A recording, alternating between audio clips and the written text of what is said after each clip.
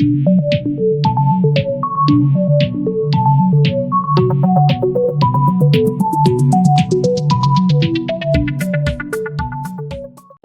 to classes and objects of the Python Crash Course 2.0. So in the last video, we left off right over here, where we created a sample class. We called it employee. We had the name, age, salary, ID, secret data, and the password. Then we had a few functions inside of it: the get secret data, generate email, and the authenticate function.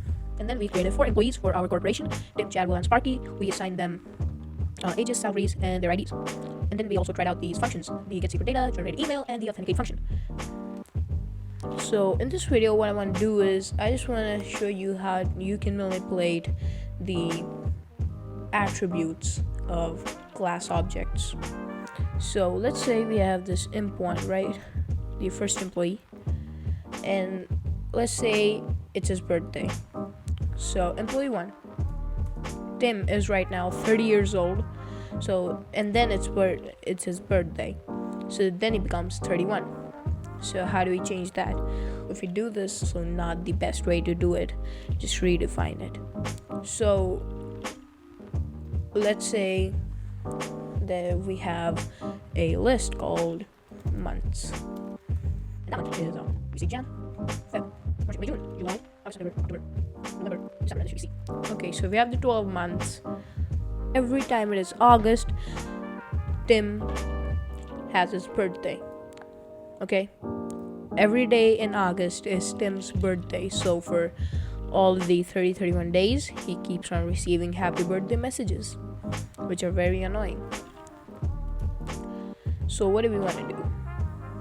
We want to run a for loop so that we can update Tim's age every time it is August.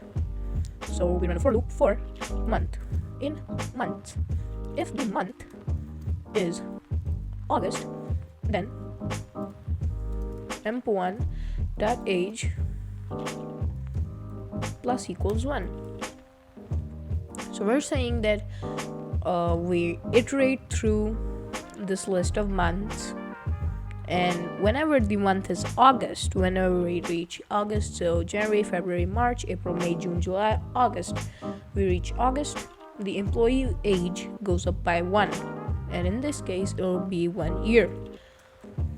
So now if we print out employee1 dot age, let's run this. No such file or directory. Sorry.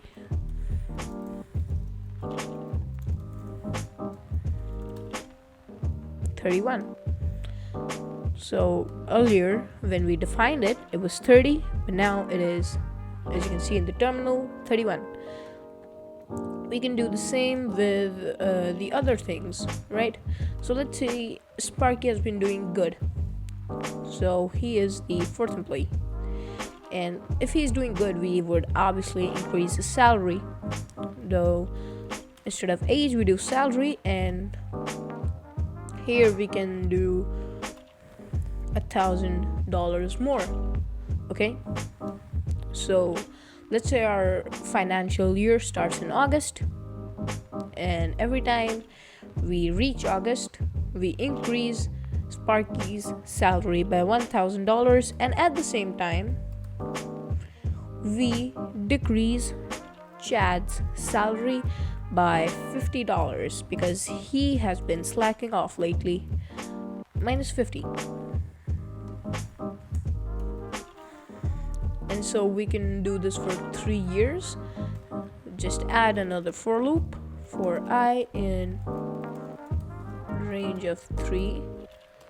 That way this inner loop will run 3 times. So after all of this is finished executing, Sparky's salary would have increased by $3,000 and Chad's salary would have decreased by $150. So let's see if that is actually true. So we print emp2 dot salary, and then we also print emp4 dot salary. clear this, run that again. Boom, you can see right over here. So earlier Chad's salary was $15.90 minus 100 is gonna give us $14.90, then minus 50 is gonna give us $14.40. And for Sparky's salary, it's pretty simple mathematics. 3,078 plus 3,000 gives us 6,078. So boom, right there you can now manipulate the object individual categories.